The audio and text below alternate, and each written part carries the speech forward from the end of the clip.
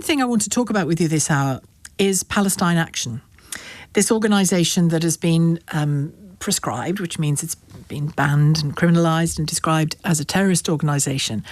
And yesterday there was a day of action in and around Parliament Square for Palestine Action, or in order to show support for Palestine Action. And the people who did that explicitly, rather than implicitly by their presence, were arrested to the tune of over 500 people.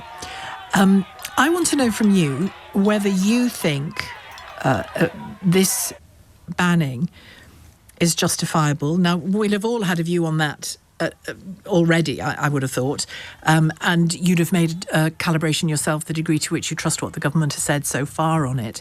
My sense of things, and I wonder whether you agree, my sense of things is that at this point, if there is more about this organisation that we need to know within the bounds of security, they need to share it, because that was quite some series of events yesterday, wasn't it? All those arrests. The police had no choice. They have to enforce the law. But it certainly didn't look edifying, and it didn't really look like it was doing the government, in terms of the decision it's made here, any favours either. So do you want to know more? Do you trust the government, given what they've said so far about this organisation? Or do you think it's imperative that there's more transparency over Palestine Action, so that people know why you can be arrested for holding up a sign that says you support them? Andy Hughes joins me first, though, LBC's crime correspondent and presenter of the global podcast, The Crime Agents. Andy, you and I have had a couple of conversations about the prescribing of Palestine Action already. Why don't we go back to what was said about them as the reason for banning them? Yeah, well, they said that this group was a serious organised criminal group, and that's because there have been over 300 criminal incidents, they say.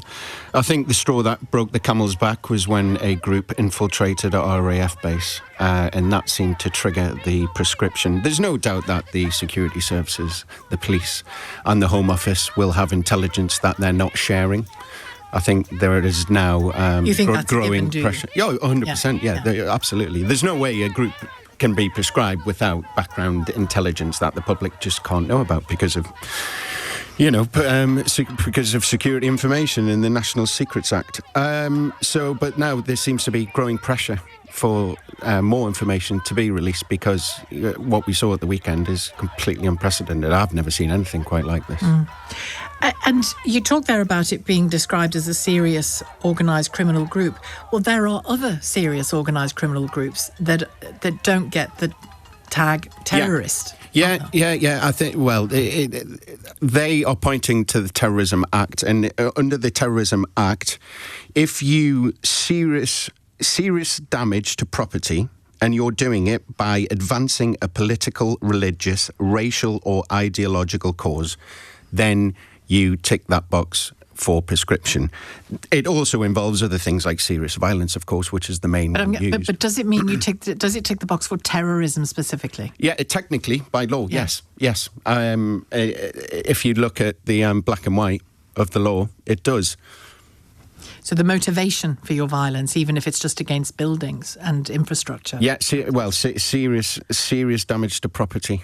And if it's done for a political cause, which the government says that this is. And they're not likely to just dish out all of the security information that they have to you or me or anybody else.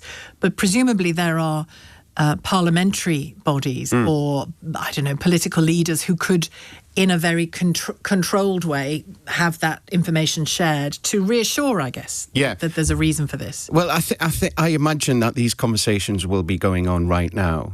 I know for a fact that the police, every police officer I speak to actually supports the prescription, but if you ask them about policing these protests, they don't like it. No, they hate it. One officer described to me yesterday, this is total nonsense.